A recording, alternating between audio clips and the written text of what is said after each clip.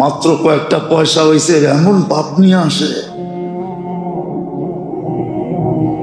মাত্র একটু সমাজে উঠছে কি পাপ নিয়ে আসে। কিন্তু 30 বছর আগে সামাজিকতার কাছেও ছিল না।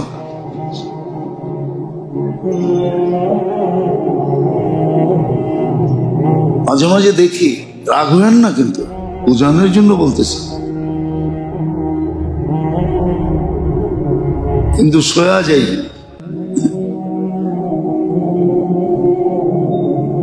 মাঝে মাঝে ভাবে হুজুরের আর কি দাম, আমি তো অমুক তমুক ব্যবসায়ী, অমুক সমুক, এই সেই, কতটি পদবী আমার, এ তো মোল্লা।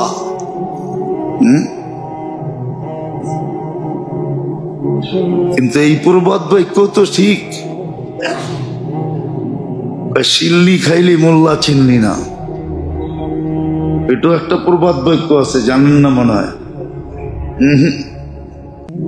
সিন্নি খাইলি মোল্লা চিনলি না, কার কারণে যে সিন্নি খাইলি ওই মোল্লাই চিনলি না, পাপ ধরে বসে থাকে। আমার এটা বোঝানোর উদ্দেশ্য না, আমি তো ব্যথার থেকে বুঝাইতেছি যে রমজান আসলো উপকৃত করার জন্য। দিন যাইতে থাকতো, কান্নার রোল বাড়তে থাকতো, যে আবার পাবো কি পাবো না, আবার পাবো কি পাবো না। শুধু শুধু বলেন তো নয়, আল্লাহ রসুল বলছে আমার উম্মত যদি রমজান চিনত তাহলে আল্লাহর কাছে বলতো আল্লাহ সারাটা বছর রমজান বানায় দেন, রমজান বানায় দেন, রমজান বানায় দেন। এটা কথা বুঝবেন কি বুঝবেন না জানি না।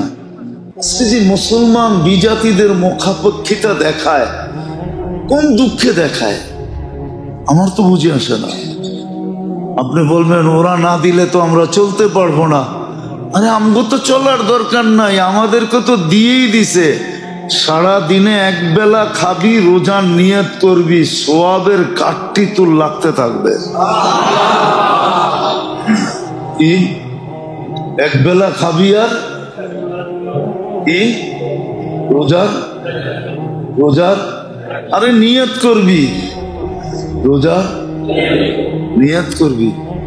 এই সুযোগ তো দুনিয়ার কাউকে দেন না, আল্লাহ দিছে। হ্যাঁ, তা আমাদের আবার মুখাপেক্ষিতা কি?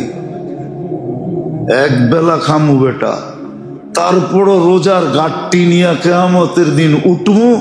তোরা দেখবি আল্লাহ দস্তরখান বিছায়া যখন ইফতারি করাবে, তখন দেখবি পেঁয়াজুর ঘ্রাণ কিরম, তখন দেখবি আলুর চপ কি মজা। খাইতে তো পারবি না, খালি ঘ্রাণও পাবি না, ঘ্রাণও আল্লাহ শুনতে দিবে না।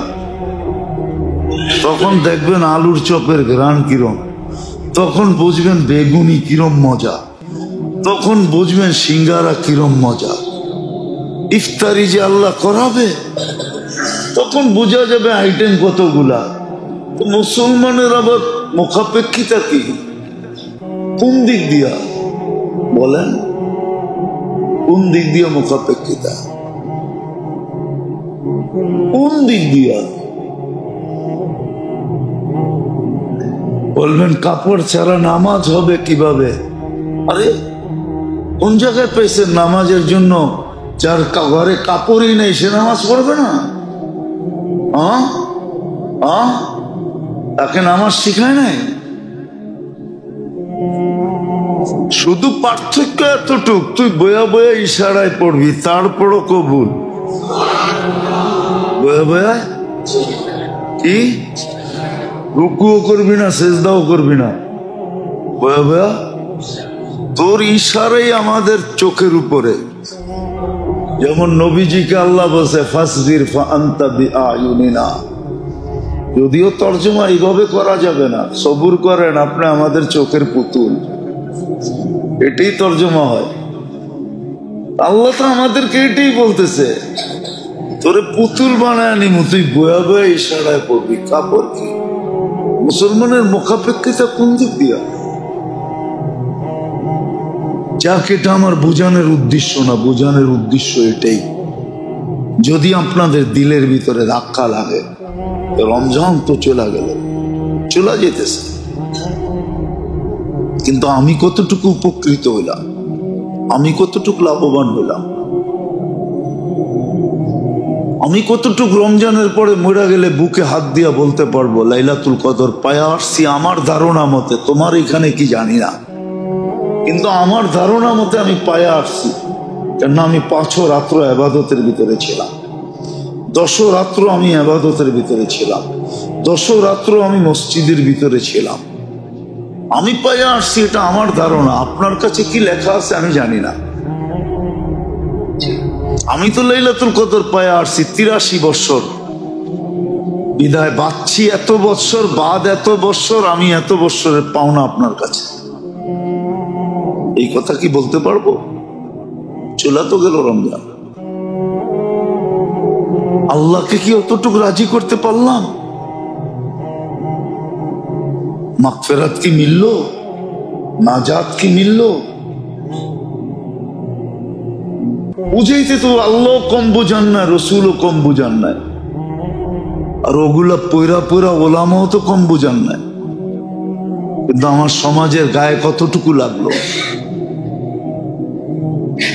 প্রমাণ তো এটাই বললাম যে উচিত তো ছিল প্রথম দিনে উপচে পড়া ভিন্না। প্রথম দিন সংখ্যা কম হবে, দ্বিতীয় দিন আটটু বাড়বে, তৃতীয় দিন আটটু বাড়বে, তারপরে আটটু বাড়বে, শেষ দশকে আইসা মসজিদে উপচে পড়া ভিড় হবে। যদি জিজ্ঞাসা করে এখন উপচে পড়া ভিড় কেন, সব গুছাইয়া আসতে আসতে দেরি হয়ে গেছে, এখন ঢুকছি আর বাহির হব না। উচিত তো এটা ছিল, চিত্র তো উল্টা। উল্টা বদদুয়া করতেছি না, বদদুয়া করতেছি না, বদদুয়া করতেছি না। আল্লাহ যদি নারাজ হইল আর রোজার পরে যে এখন রমজান আমার মাস, আমার রাখা মাস, আমি তোমাদেরকে যেটা গিফট দিছি, মাঝে মাঝে কয় না, মাঝে মাঝে হয়, কিন্তু মেহমানের সামনে কিছু কয় না, দূরের থেকে চোখ দেখায় আর ঠোঁট কামড়ায় বোঝায় যাইতে দে। মনে হয় বোঝেন না? হয়তো অনুষ্ঠানের ভিতরে কিছু বলে নাই, মেহমানের সামনে বলে নাই, কিন্তু একটু চোখ ঘুরায়া ঠোঁটে 2টা কামড় দিয়া বুঝাইছে যাইতে দে, তারপরে তোরে বুঝামো। কেন রমজানের পরেই তো 14 তারিখে হলো পয়লা বৈশাখ, ঠিক না? 4 দিন পরেই। যদি আল্লাহ যদি এখন কয় যে রমজান যাইতে দে, কি করবেন? বলছিলাম না একবার, আবারও কি বলবো? মাঝে মাঝে সাইক্লোন আসে না? না আসে না? আসে না? ফ্লাগ উড়াইতে উড়াইতে 10 নম্বরে চলে যায়, ঠিক না? কেন আবহাওয়াবিদের কাছে 10-এর উপরে কোনো নাম্বার নাই, এটা হলো টপ 10, 10 নম্বর মহাবিপদ সংকেত। আমি যদি প্রশ্ন করি, এটা তো 2 দেশের উপর দিয়ে যায়, ঠিক না? ঠিক। আমরাও তো আধুনিক কম হই না, ঠিক না? আমাদের এত সৈন্য সামন্ত, অস্ত্র শস্ত্র, ঠিক না? কি এত কিছু পাশের দেশেও তো আছে, ঠিক না? আমরা 10-20 কোটি, ওইখানে আছে 135 কোটি, সব মিলে 175 কোটি। এত অস্ত্র শস্ত্র মিলে তো আজ পর্যন্ত একটা বুলবুল থামাইতে পারলাম না, একটা মুখা থামাইতে পারলাম না। আল্লাহ যদি বলে যাইতে দে রমজান, আসতে দে রমজানের পরে, কি করবেন? কোন জায়গায় কেস করবেন? বলবেন ওই সংস্থা বড় পাওয়ারফুল, মাটির নিচে থাকলেও খুঁজা বাইর করে লইব, লাগাই দেন নগরে যে আল্লাহ অ্যাকশন নিছে, আল্লাহর বিরুদ্ধে অ্যাকশন নাও, দেখি কি পারো। কোথায় কেস করবেন? বদদুয়া করতেছি না, যদি রমজানের পরে শুরু হয়ে যায় যায় তো করে সার্চ করি, ইঙ্গিত কিন্তু আছে, ইঙ্গিত। আমি হাদিস দিতেছি, ইঙ্গিত আছে, হাদিসে ইঙ্গিত আছে। আল্লাহ বলছে, আল্লাহ রসুল বলছে, আমার উম্মতকে দুনিয়াতে আল্লাহ আশ্রানের মতো আশ্রাবে। আমি হাদিস দিব আপনাদের কাছে না। যাকে আল্লাহ সদিচ্ছায় উম্মতে মুহাম্মদী বানাইছেন আর মুসলমানের ঘরে জন্ম দিছেন, হ্যাঁ, নিজ ইচ্ছায় যদি বেঈমান হয়ে গেল ওটা ভিন্ন কথা, কিন্তু যে ভাববে আমি মুসলমান, আমি উম্মত, আল্লাহর রসুল বলছে তোমাদেরকে আশ্রানের মতো আশ্রাবে। কেননা এই উম্মতের শাস্তি দুই জায়গায় কমপ্লিট হবে, তিন জায়গায়। একটা হলো দুনিয়ায়, একটা হলো কবরে, একটা হলো কিয়ামতের মাঠে কমপ্লিট হয়ে যাবে শাস্তি। তারপরেও যদি থাকে তো ওটা সবচেয়ে বড় হতভাগা, বাকিটা দোজখে পুরা হবে। আশ্রানের মতো আশ্রাবে, আল্লাহর রসুল বইলা দিছে আমার উম্মতকে আল্লাহ আশ্রাবে দুনিয়াতে। আশ্রানো বোঝেন? আরে বোঝেন নাকি? কখনো ফেতনা দিয়ে আশ্রাবে, কখনো ভূমিকম্প দিয়ে আশ্রাবে, কখনো অহেতুক মৃত্যু দিয়ে আশ্রাবে। অহেতুক। ফিলিস্তিনে যারা নিরীহ মানুষ মরে গেছে, ওরা জানেই না কেন মরছে, জানে? যারা মারছে ওদেরকে যদি জিজ্ঞাসা করেন যে তুই মানবতার বিবেক নিয়ে বল এই মানুষগুলা মারলি কেন, তো বলবে মারতে চাইছি আরেকজনে মরে গেছে। এরা মারতে চাইছে কারে? হামাস রে, ঠিক না? হামাস মরছে? একটাও তো মরে নাই।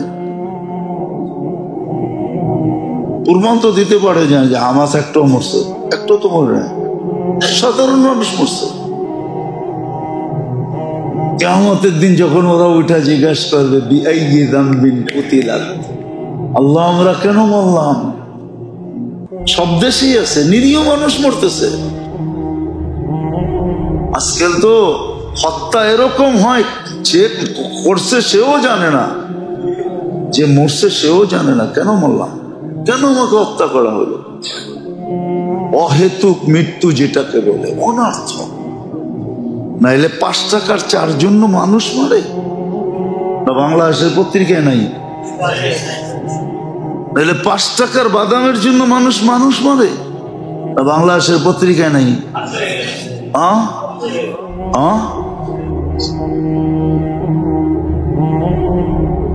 হাসতে হাসতে ধাক্কা দিয়ে ছাদের সে ফেলায় বন্ধু মাইরা ফেলে না? বাংলাদেশের পত্রিকায় নাই?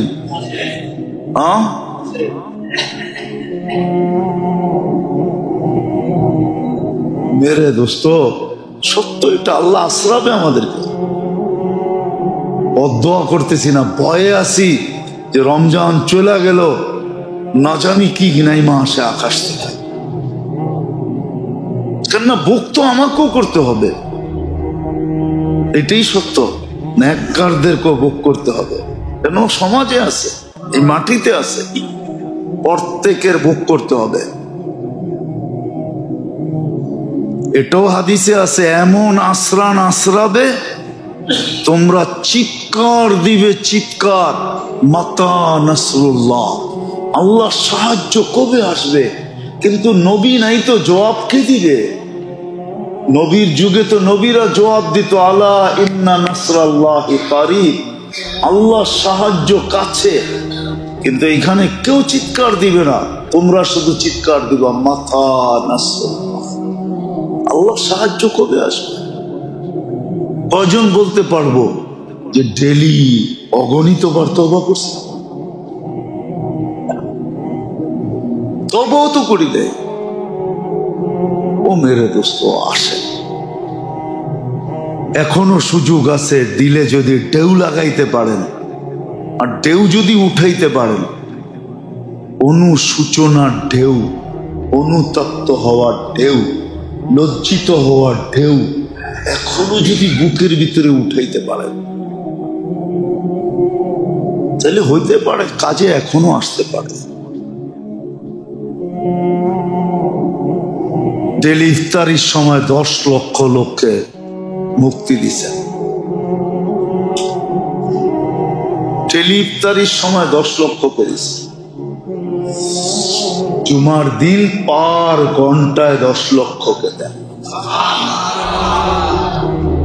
24 ঘন্টায় কত? আরে বলেন না,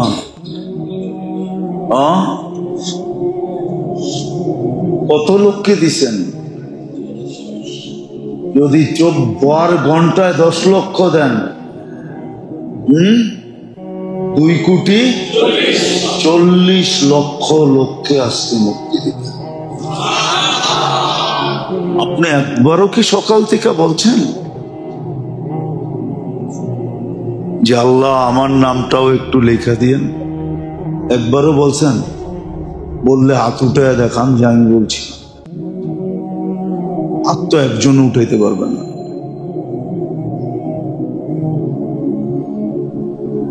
যে আমি বলছি, বা ডেলি ইফতারির সময় বলছি যে আল্লাহ এখন না বলে 10 লক্ষ দিবেন, আমার নামটা একটু দয়া করে দেন না লেখা। কজন ইফতারির সময়?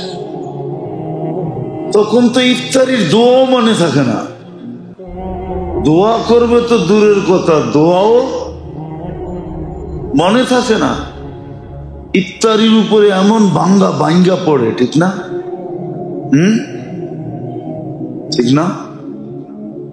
বলবেন শয়তান না আবদ্ধ আছে, তারপরও আমার এই অবস্থা কেন হয়? আরে শয়তান আবদ্ধ আছে, কিন্তু আপনার মন তো আবদ্ধ না। এই জন্য আমি ওদিন রাত্রে বলছিলাম, এতেকাফে বয়ানে বলছিলাম যে যেই ব্যক্তি মনের অনুগত্য হইল, মনকে পীর বানাইল, পীর মনের অধীন হইল, ওর জন্য কোনো শয়তানের দরকার নেই। শয়তান ওই ব্যক্তির থেকে কি শয়তান ওই ব্যক্তির থেকে নিষ্ক্রিয়। শয়তান ওই ব্যক্তির থেকে হাত উঠে ফেলছে। শয়তান বলে তোর জন্য আমার প্রয়োজন নেই, কেননা আমিও যার মুরিদ হইয়া শয়তান হইছি, তুই তো ওরই মুরিদ, আমরা পীর ভাই, বিদায় আমি তোকে কেন ধোকা দিব? কেননা শয়তান হইছে কার কথা মাইনা? নফসের কথাই তো, নফসই তো মন, ঠিক না? মনের কথা মাইনেই তো শয়তান হয়েছে, ঠিক না? হ্যাঁ, এখন আপনি আর আমি মনের অধীন। তো শয়তান বলে তোকে ধোকা দেওয়ার কোনো দরকার আমার নাই, আমি তোর জন্য তৈরি হই নাই, কেননা তুই আর আমি তো পীর ভাই। পীর ভাই বোঝেন? একই পীরের, দেখেন না, কয় পীর ভাই, আবার কিছু আছে আরাফতি ভাই।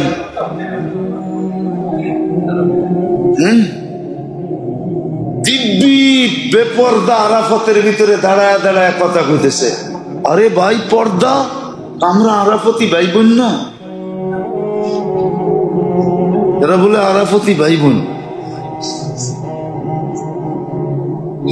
কি হাসেন কেন? দেখেন নাই চোখে? বস করছেন? দেখেন নাই? আমরা জিজ্ঞেস করছি ভাই এটা কি? আমরা আরাফতি ভাই বোন। এ বলে আরাফতি ভাই বোন। শয়তান কয় তোর জন্য আর আমার কোনো দরকার নাই, কেননা তুই আর আমি এক পীরের মুরিদ, আমরা যেরকম পীর ভাই, তোরা দুইজন এরকম আরাফতি ভাই বোন।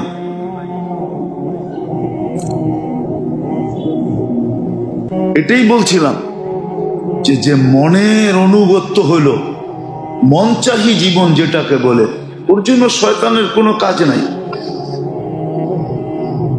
শয়তান আবদ্ধ হইলে কি হবে? আমরা তো সব পীর ভাই। ও বলে তোর উপরে তো আর আমার কোনো কর্তৃত্ব নাই, কাজও নাই, আমি বন্দি থাকলেই কি, খোলা থাকলেই কি, ঠিক না? আমরা তো আপোষে,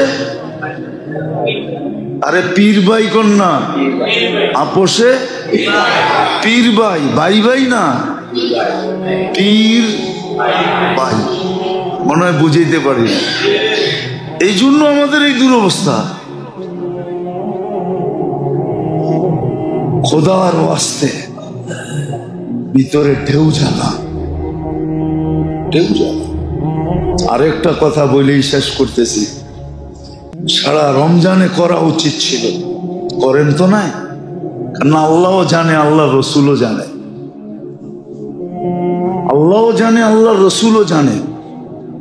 আল্লাহ জানায়া দিছেন রসুলকে, আর নবীরা তো জানাইছিলেনই, অভিজ্ঞতার আলোকে তো জানাইছিলেনই। মুসা আলাইহিস সালাম সে নামাজ 5 ওয়াক্ত লয়া যাইতেছেন, আরো কমায়া নিয়ে যান, 5 ওয়াক্ত পড়বে না, 5 ওয়াক্ত পড়বে না। কিন্তু লজ্জার কারণে যেতে পারেন নাই, আর লজ্জায় একটা লাভও হয়েছে। আল্লাহ বলে, বন্ধু পড়বে 5, সওয়াব দিমু 50। বাকি বাড়ায়া দিব, এটা বাদ দিলাম। রমজানে তো 70 গুণ দেয়, ঠিক না? এক ফরজ পড়ে 70 ফরজ, 70 ফরজ, 70 ফরজ বাড়ায়া দিছে।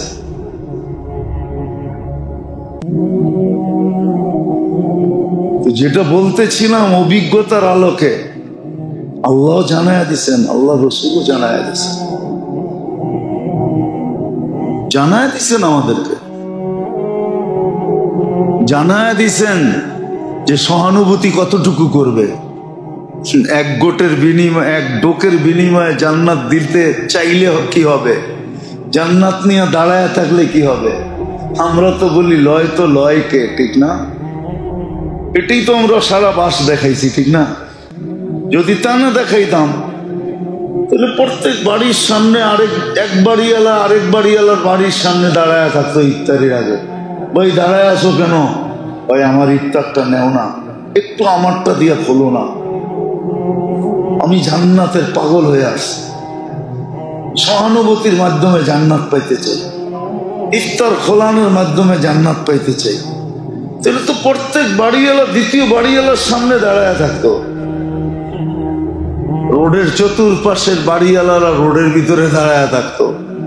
তাহলে কি ঢাকা শহরে ইফতারির সময় যারা জ্যামে জটে হাজার হাজার লক্ষ লক্ষ মানুষ আবদ্ধ ছিল, আবদ্ধ ছিল,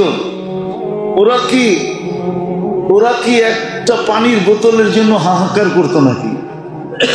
না করে নাই? সবচেয়ে বড় প্রমাণ তো আমি তো চোখে দেখা বলি। আমি একদিন ইফতারি করছিলাম, আসতেছিলাম, প্রোগ্রাম ছিল আমার আসরে জোহরের পরে, নরসিংদীতে প্রোগ্রাম শেষ করে আসতে আসতে দেরি হয়ে গেছে। যাত্রাবাড়ি ফ্লাইওভারে উঠার আগে জ্যাম ছিল, আমার গাড়িতে ইফতারি ছিল, সব ছিল, আমি নিয়েই বাহির হই, সারা মাসেই নিয়ে বাহির হয়েছি, সব ছিল, এমন কিছু ছিল না যে ছিল না। কিন্তু আমি তো চিত্র দেখছি, আমার গাড়ির থেকে তো আমি কাউকে দিতে পারতেছি না, কাকে দিব? আবার একটা সমস্যাও তো আছে, গাড়ির থেকে দিলাম, আবার কইলো খাওয়ায় আবার বেহুশ বানায়নি, সবকিছু লুইটা লয়া যায়নি, ঠিক না? কিন্তু চিত্র দেখছি,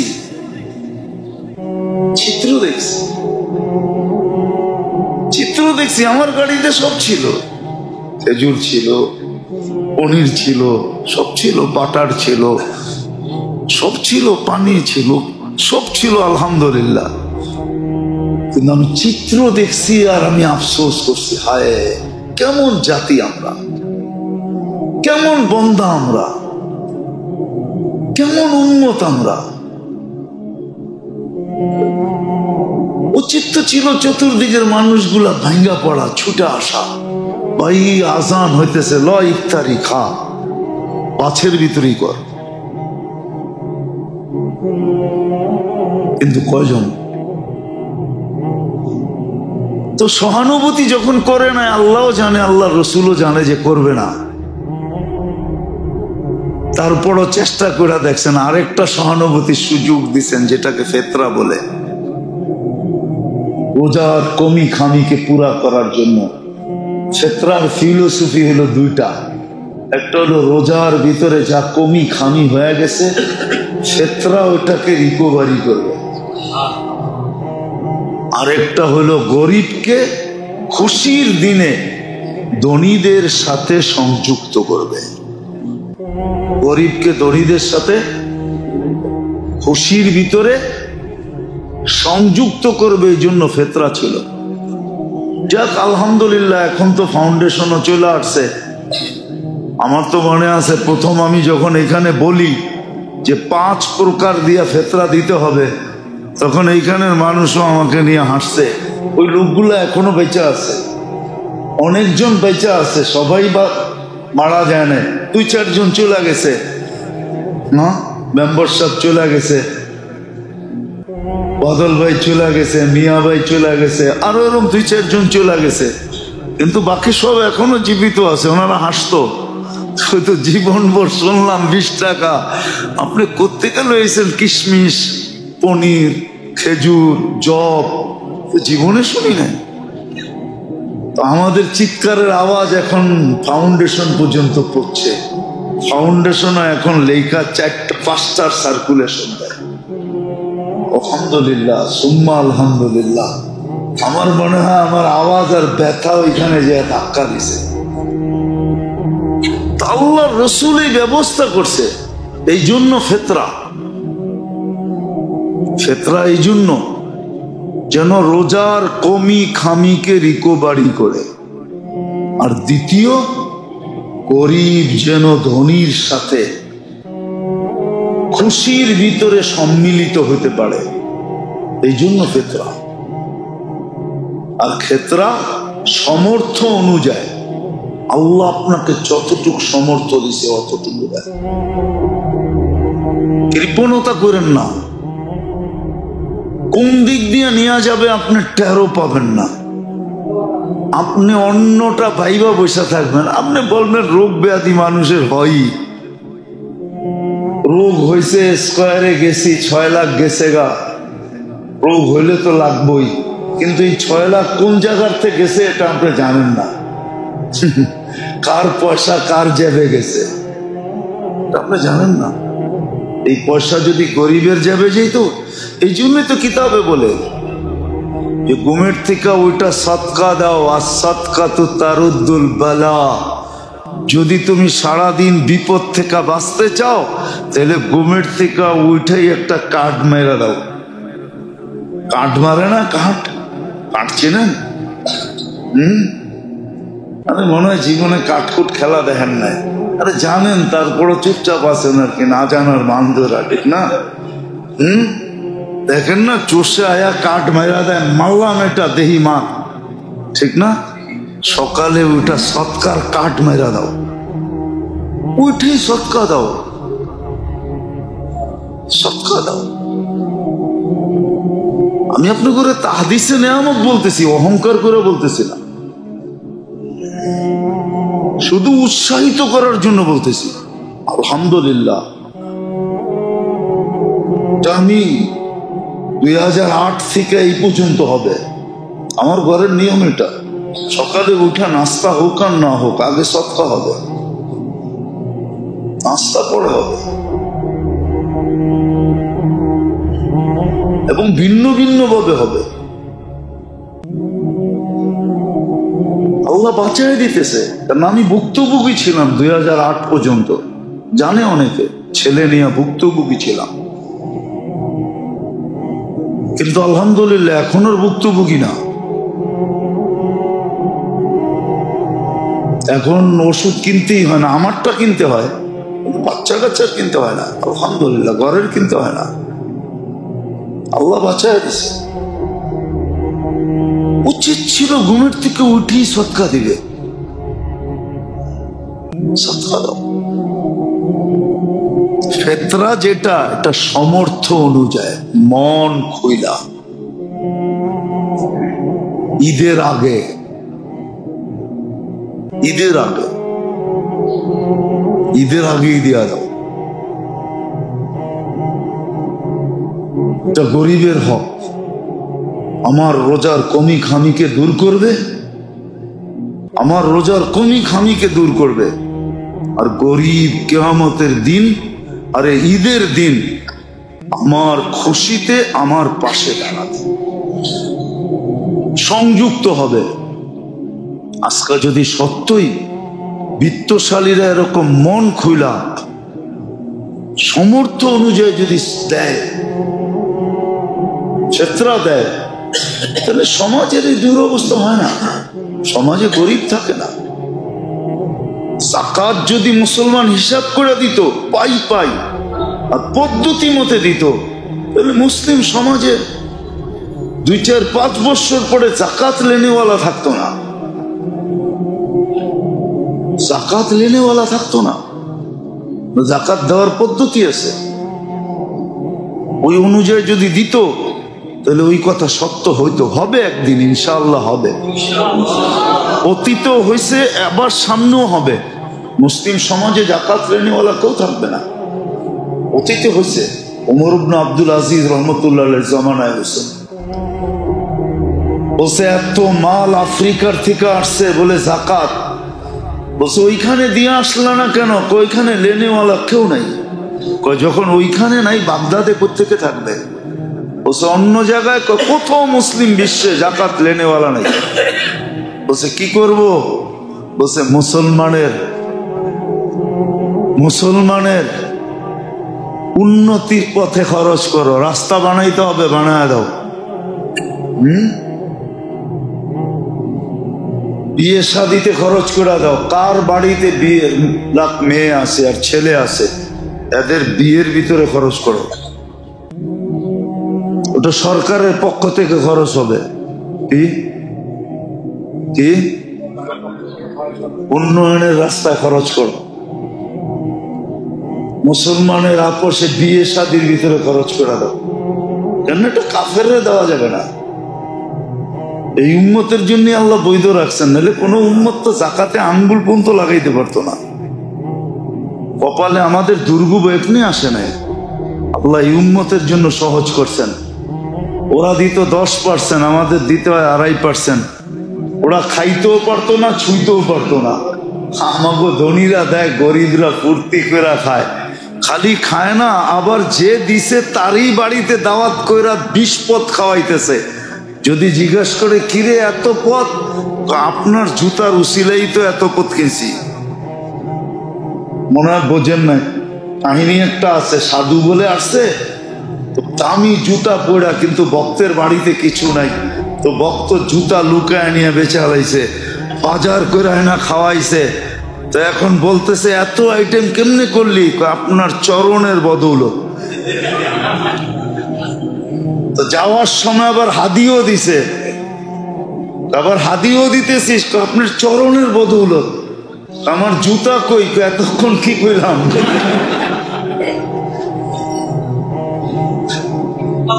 এতক্ষণ কি বললাম? আল্লাহ তো উম্মতকে এরকম দিছে, গরিব নিবে, আবার ধনীরে দাওয়াত দিয়া খাওয়াবে। ওই যে জিজ্ঞাসা কিরে এত আইটেম, আপনার দেওয়া টাকা দিই তো, আমার যাকাত আমাকে। লাকা হাদিয়া ওয়ালানা সাদাকা। আপনি আমারে যাকাত দিছেন, আমি আপনারে হাদিয়া খাওয়াইতেছি। আমি ময়লা আনছি, আপনাকে দুনিয়ার উত্তমটা খাওয়াইতেছি। আল্লাহ রসুল বলছে লাকি সাদাকাতুন ওয়ালানা হাদিয়া। এই উম্মতের জন্য আল্লাহ করছে। মন খুলা দেন, কৃপণতা করেন না, সমর্থর চেয়ে ঊর্ধ্বে দেন, 2 হাত খুলা দেন, আল্লাহ ছাপ্পর ভেড়া দেবে। ফেতরা দিয়া দেন 2-4 দিন আগেই। এমন না ঈদের দিন তালাশ করেন না যে ফেতরা কই দিব। সবচেয়ে উত্তম জায়গা হলো দিনী মাদারেস গুলাকে টিকায় রাখার জন্য দেয়। এগুলা দুনিয়ার ফাউন্ডেশন। দুনিয়ার বর্তমানে ফাউন্ডেশন হলো দ্বীনি মাদারেসগুলা। আপনি মানেন আর না মানেন, আমি তো বলি মাঝে মাঝে যারা কম্পিউটারে বড় পারদর্শী ওদেরকে বলি, তোরা দুনিয়ার মানচিত্রটা ল, আর দুনিয়ার থেকে মসজিদ মাদারেস ইসলামী দেশগুলা উঠায়া দিয়া তারপরে কম্পিউটারে দেখ দুনিয়ার গ্লুপটা তোকে কিরকম দেখায়। কসম খোদা, আপনি করে দেখেন, আপনি ওটাতে চোখ দিতে পারবেন না, আমার বিশ্বাস। ওটার চিত্র পাল্টায়া যাবে, প্রযুক্তির ভিতরে পাল্টায়া যাবে। আপনি কাইপা উঠবেন যে এই চিত্র কেন, আমার কম্পিউটারে তো এই কালার নাই। চ্যালেঞ্জ ওরা দেখেন, কেউ দুনিয়া টিকা আছে এটির কারণে। এগুলো দুনিয়ার ফাউন্ডেশন, এগুলোর পিছনে দেন। এটা বললেন না মোল্লারা ধান্দা করে, ও সাতার ধান্দা। হ্যাঁ, ধান্দা করলে প্রতি জুমায় 50,000 টাকা কামান যায়। রাগ হন না, আমি কমিটি এলা করে বলতেছি না, প্রতি জুমায় 50,000 কামাইতে পারি। এত দূর হাইটা, দূরে গাড়ি রেখা, এত যাই ঝামেলা কইরা এই চিপার ভিতরে এত ছোট একটা মসজিদ, এত অল্প মুসল্লি, এখানে আসমু কেন? হুজুররা দান্দা করে না, প্রমাণ দুনিয়া এখনো দেওয়া যায়। অটো চালাইলে মাসে 30,000 কামানো যায় ঢাকা শহরে, না যায় না? হ্যাঁ, ইজ্জত চলে যাবে? না না, হালাল রুজিতে ইজ্জত যায় না। কে বলছে ইজ্জত যায়? ইজ্জত তো ওইখানে দেয়, ইজ্জত ওইখান থেকে বন্টন হয়, দুনিয়ার থেকে হয় না। ইজ্জত যাবে না। 30,000 কামাইতে পারে অটো চালাইলে, ভ্যান চালাইলে। এখন তো সব ব্যাটারি চালিত, শরীরও তো খরচ হয় না, খালি ধৈরা বয়া থাকলেই হয়। 2-3 দিন বাড়ি সারি লাগবে, তারপরে হাট ঠিক হয়ে যাবে। অক্সফোর্ডের কোনো ডিগ্রি লাগে না, ঢাকা ইউনিভার্সিটিতে মাস্টার্স করতে হয় না, তারপরও পড়ে আছে হুজুররা। আপনারা ভাবেন দান্দা করে? কথায় কথাই তো বলে বেতন বাড়ায় কি দরকার, এত টাকা দিয়ে কি করব? কয় টাকা দিচ্ছেন? আপনার একদিনের নাস্তার পয়সা তো বেতন দেন না। আপনি তো একদিন বৈশা ইস্টারে যা সকালে নাস্তা করেন ওই বেতন তো দেন না মুয়াজ্জিন রে। আমি তো চোখে আঙ্গুল দিয়ে দেখায় দেবো, আমরা কি ইস্টার চিনি না? না চিনি না ইস্টার? আমরা ঢাকা শহরে থাকি না? না মনে করেন জীবনে কোনো হোটেল দেখি নাই? কয়েকটা হোটেল দেখছেন জীবনে? দুনিয়ার কোনো স্থান নাই যেখানে আমি না দেখছি। দুনিয়ার কোনো উন্নত থেকে উন্নত বুপ নাই যেখানে আমি না খাইছি। আমাকে কি বুঝাবেন? ইস্টারে বৈশা সকালে যে নাস্তার বিল দেন ওটা তো মুয়াজ্জিনের বেতন দেন না, আবার বলেন চান্দা করে। রাগ হবেন না, পায়ে হাত দিয়া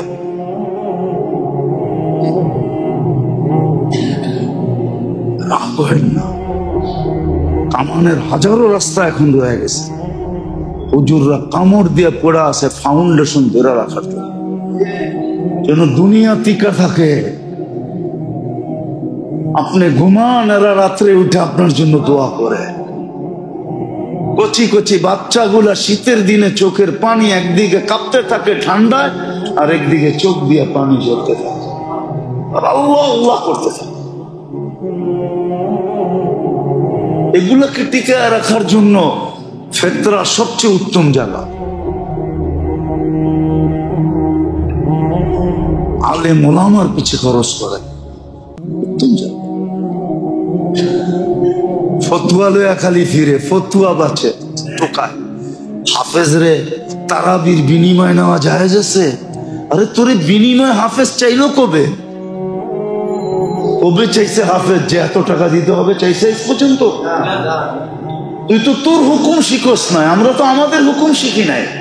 আমাদের হুকুম ছিল যার পিছে কোরআন শুনছো তাকে হাত খুইলা দিতে থাকো, কোরআনের ইজ্জতে দাও, কোরআন দেখা দাও, কোরআন দেখা, ওরে দেখা দিও না, কোরআন দেখা দাও।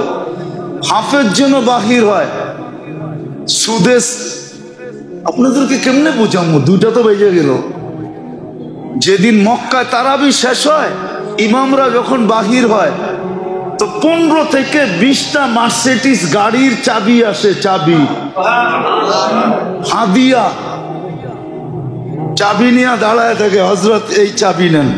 আর এটা কি? মার্সিডিজ। এটা কি? এই ব্র্যান্ড। এটা কি? কি এটা?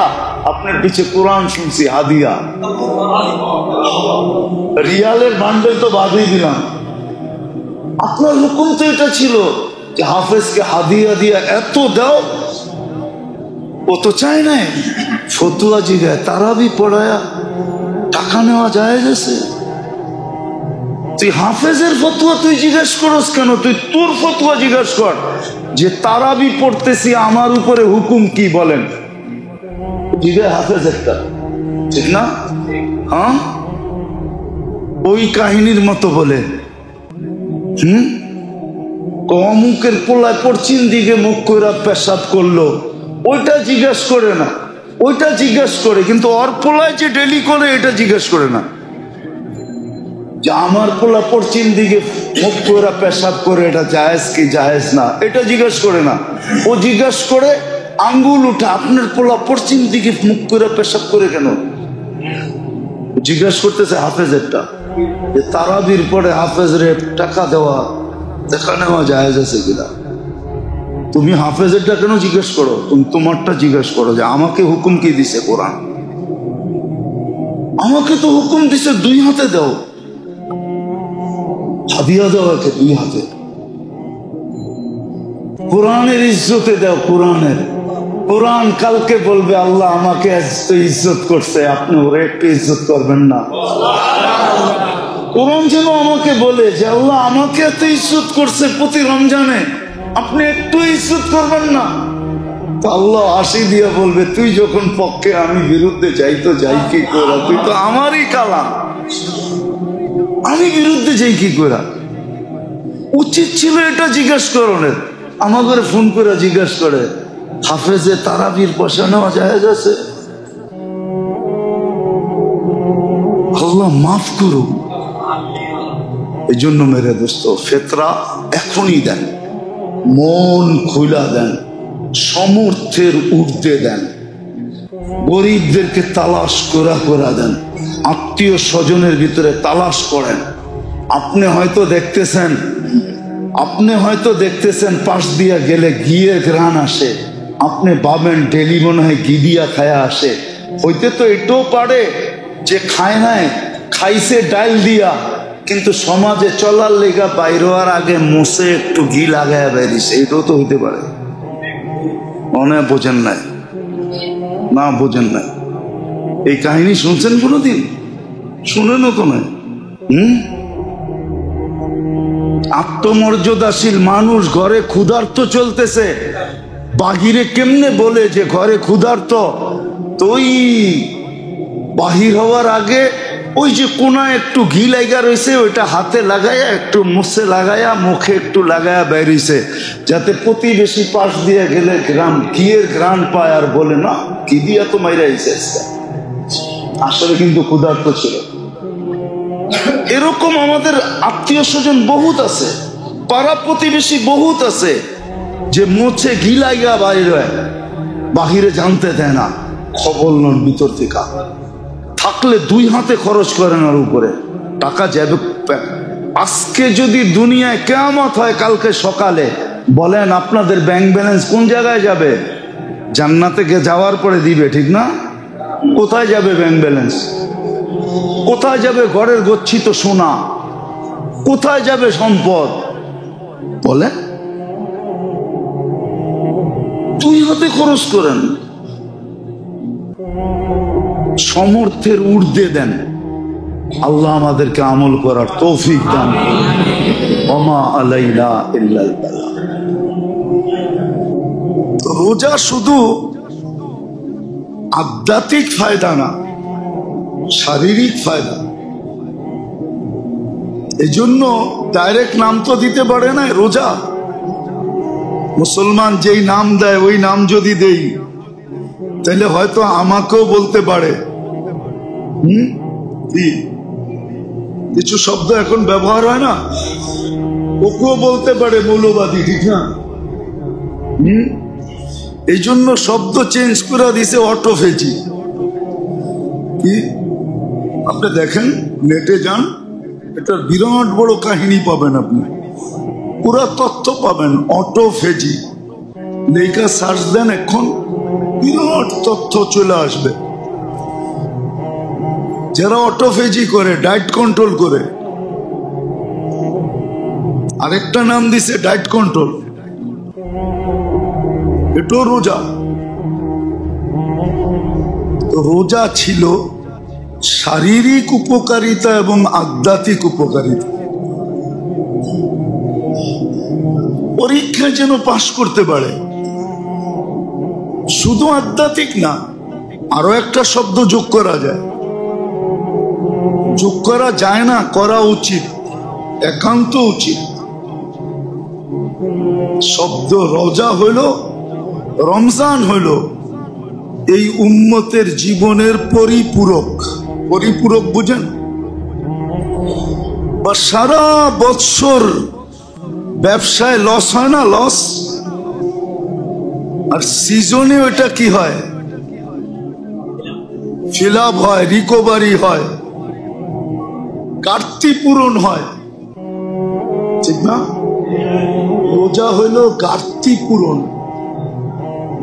সারা বৎসরে আধ্যাত্মিক লাইনে যত ঘাটতি হয়েছে, আধ্যাত্মিক লাইনে যত ঘাটতি, সারা বৎসর না, এই জীবনটায় কেউ যদি চায় যে আমি আমার এই ছোট জীবনটায় যতটুকু ঘাটতি হয়েছে আধ্যাত্মিক লাইনে, আমার গন্তব্যে পৌঁছার ব্যাপারে, গন্তব্য কিন্তু জান্নাত, ওইখানে পৌঁছার ব্যাপারে যা ঘাটতি হলো, ওই ঘাটতিকে পূরণ করার জন্য আল্লাহ রমজান দিছেন। রমজান, এই জন্য রমজান শব্দটাই এরকম। রমজান আরবিতে বলে চালায়া নিঃশেষ করা, চালায়া নিঃশেষ করা। যত গুনাহ ছিল সব চালায়া নিঃশেষ। তো যেটা বুঝাইতেছিলাম, রোজা তিন কারণে। রোজা আল্লাহ দিছেন, যেরকম এটা শারীরিক উপকারিতা, এরকম এটা আধ্যাত্মিক উপকারিতা। তৃতীয় নাম্বার হলো রোজা আধ্যাত্মিক লাইনে, আখেরাতের লাইনের যত কমি খামি আছে, যত লস আছে, লসকে মেকআপ করার জন্য। শুধু মেকআপ না, শুধু রেকআপ না, পুরা জীবনটাকে ফুল করার জন্য। মেকআপ তো হবে হবে, আরো পুরা জীবনটা ফুল হয়ে যাবে, এটার জন্য হলো রোজা। চতুর্থ যেটা, সেটা হলো রোজা হলো যে প্রত্যেকটা মুসলমানের, মোমেন মুসলমানের, উম্মতে মুহাম্মাদী একটা বিতর্গত শক্তি থাকে, পাওয়ার থাকে, পাওয়ার থাকে, যেটাকে কোরআনের ভাষায় তাকওয়া বলে। তাকওয়া বলে। ওই পাওয়ার অর্জিত হওয়ার জন্য রমজান হলো ওই পাওয়ার অর্জিত হওয়ার জন্য। ওই পাওয়ার আবার চারটা জিনিস ছাড়া অর্জিত হয় না, চার জিনিস দ্বারা ওই পাওয়ার অর্জিত হয়।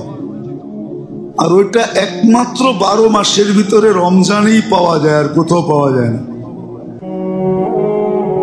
ওই চার জিনিস দ্বারা ওই তাকওয়া নামিক পাওয়ার তৈরি হয়। কিন্তু আফসোস, সব ব্যবস্থা করা সত্ত্বেও আফসোস তো এখানেই হয়। এত বড় বিবেক দিলেন, বুদ্ধি দিলেন, বিদ্যা দিলেন, সমস্ত ব্যবস্থাপনা করে দিলেন,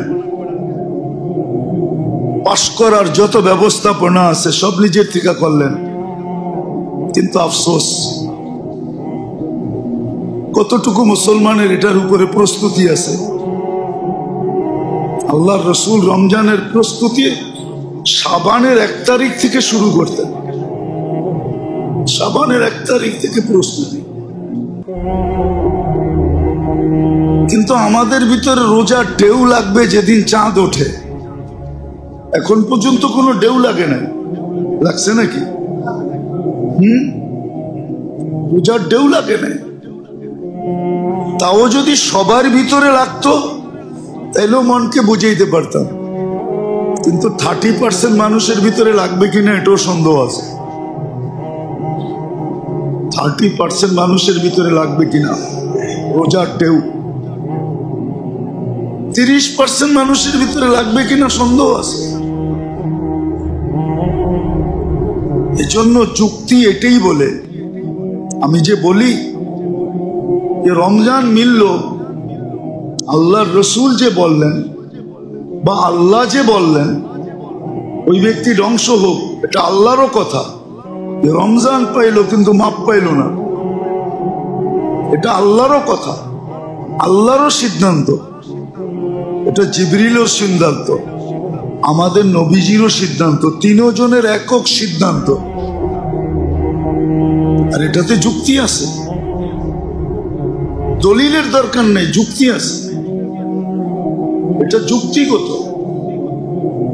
যে একটা মাসকে এরকম বানায়া দিলেন, সাজায়া দিলেন, পরিপূরক বানাইলেন, সমস্ত লসকে রিকভারি করার পরেও জীবনটাকে গুছানোর এত বড় সম্বল এর ভিতরে রাখা আছে। তারপরও যদি সে মাপ না পাইল,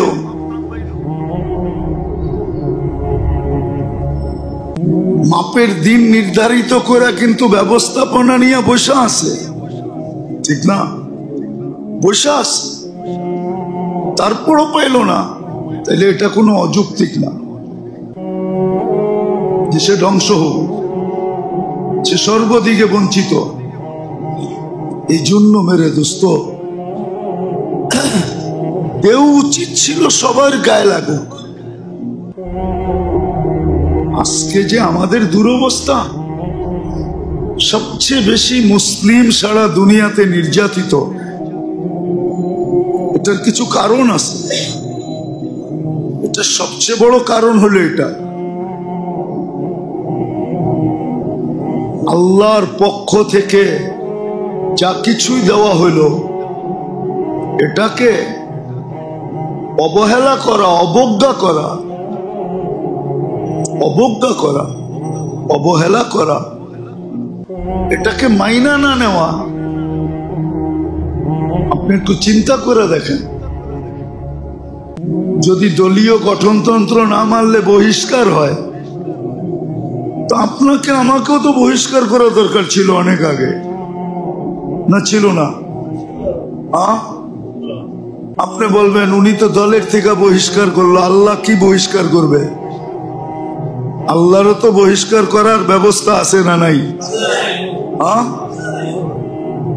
আল্লাহ তো বহিষ্কার করতে পারতেন, দুনিয়ার থেকে বিদায় দিয়ে দিতে পারতেন,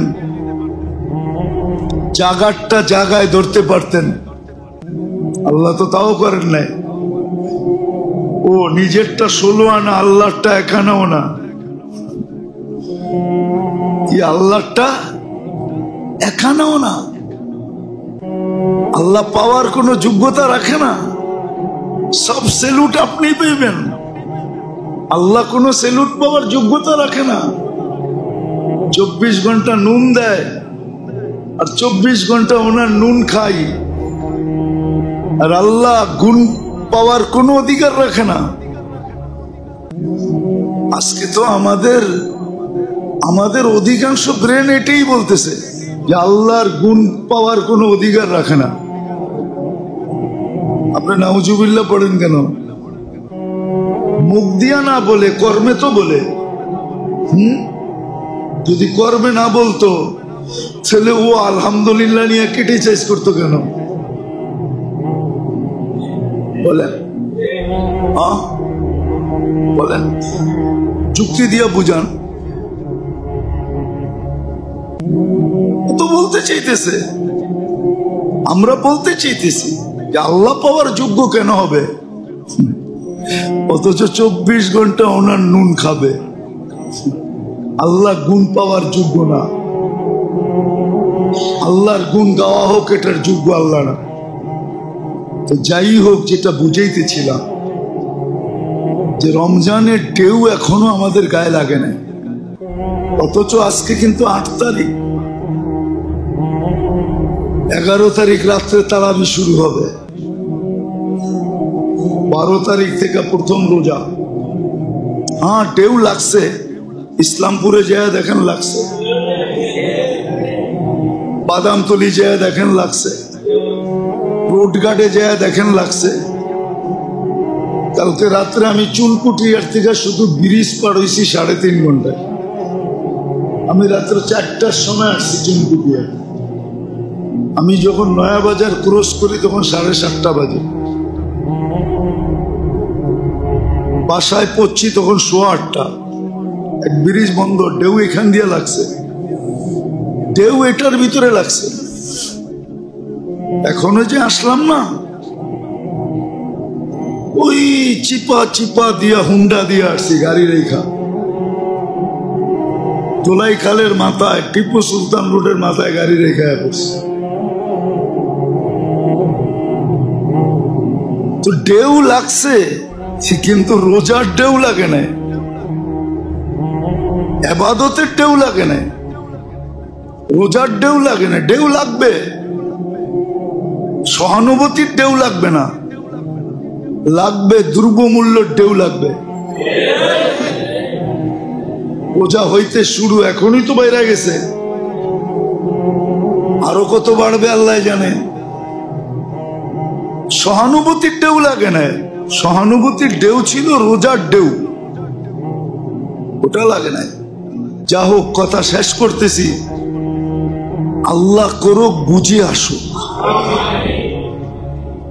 যত যাই বলেন না কেন, ওই একটা কথা পুরাণটাই বলতে হবে, ইচ্ছা স্বাধীনতা দিছে বিদায়। আজকে সবকিছুকে ঘুরাইয়া হোক ফিরাইয়া হোক, চুক্তিতে আসুক আর না আসুক, কান্দে ঠেলা হইল আমার পক্ষে সব প্রয়োগ করতে পারি। শুধু ইচ্ছা স্বাধীনতা দিচ্ছেন বিদায়।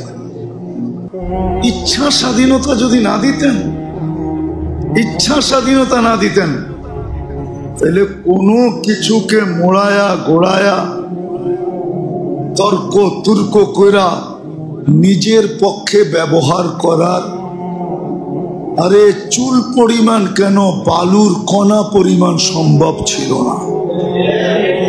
আল্লাহ কিন্তু আল্লাহ, কি আল্লাহ, আপনি যেমনি দেখবেন এমনি আল্লাহ। আপনি আল্লাহ শব্দের ভিতরে আলিফ ফালায়া দেন, তারপরও আল্লাহ আল্লাহ, লিল্লাহি মুলকুস সামাওয়াতি ওয়াল আরদ। আরেকটা লাম ফালায়া দেন তো লাহু মা ফিস সামাওয়াতি ওয়াল আরদ। আরেকটা লাম ফালায়া দেন, তারপরও দেখবেন হু থাইকা যাবে হু, হু আল্লাহুল্লাযী লা ইলাহা ইল্লা হু। আপনি যেদিক দিয়ে দেখবেন ওই দিক দিয়ে আল্লাহ আল্লাহ। আপনি ওরকম না বললে আবার হাইসা দিবেন, ঠিক না? বলবো আপনি ওরকম না, আপনি ওরকম না। তো আমিও আসিলাম, তোর বাপে ল ফালায়া দিছে, এই জন্য মা হয়ে গেছি। আল্লাহ ওরকম না, মনে হয় বোঝেন না। যাক, বাড়িতে যেয়ে বুঝেন। এত শিক্ষিত আপনারা, তারপরও বোঝেন না। আমিও ওইটাই আসিলাম, তোর বাপ ল ফালায়া দিয়েছে, এই জন্য আমি খালি মা হয়ে গেছি, নাইলে আমিও ওইটাই আসিলাম। মনে হয় বোঝেন না। আল্লাহ ওরকম না, যেদিক দিয়ে অক্ষর ফালাবেন ওদিক দিয়ে আল্লাহ আল্লাহ থাকবে। আল্লাহ কি থাকবে? শুধু ইচ্ছা স্বাধীনতা দিছেন। এই জন্য আপনি আর আমি যা খুশি তা বলতে পারি, করতে পারি, কিন্তু আল্লাহ বলছে আসতে দে দিন। আমরা বলি না এই দিন, দিন না, এই দিন তারপরে জানি কি বলে, এই দিন দিন না আরো দিন আছে।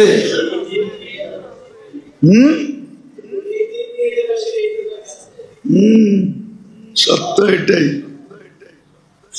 এই দিন দিন না, এই পৌষ, এই মাঘ মাঘ না আরো মাঘ আছে। এখন তো ইচ্ছা স্বাধীনতা দিছে বিদায় যা খুশি তা বলি।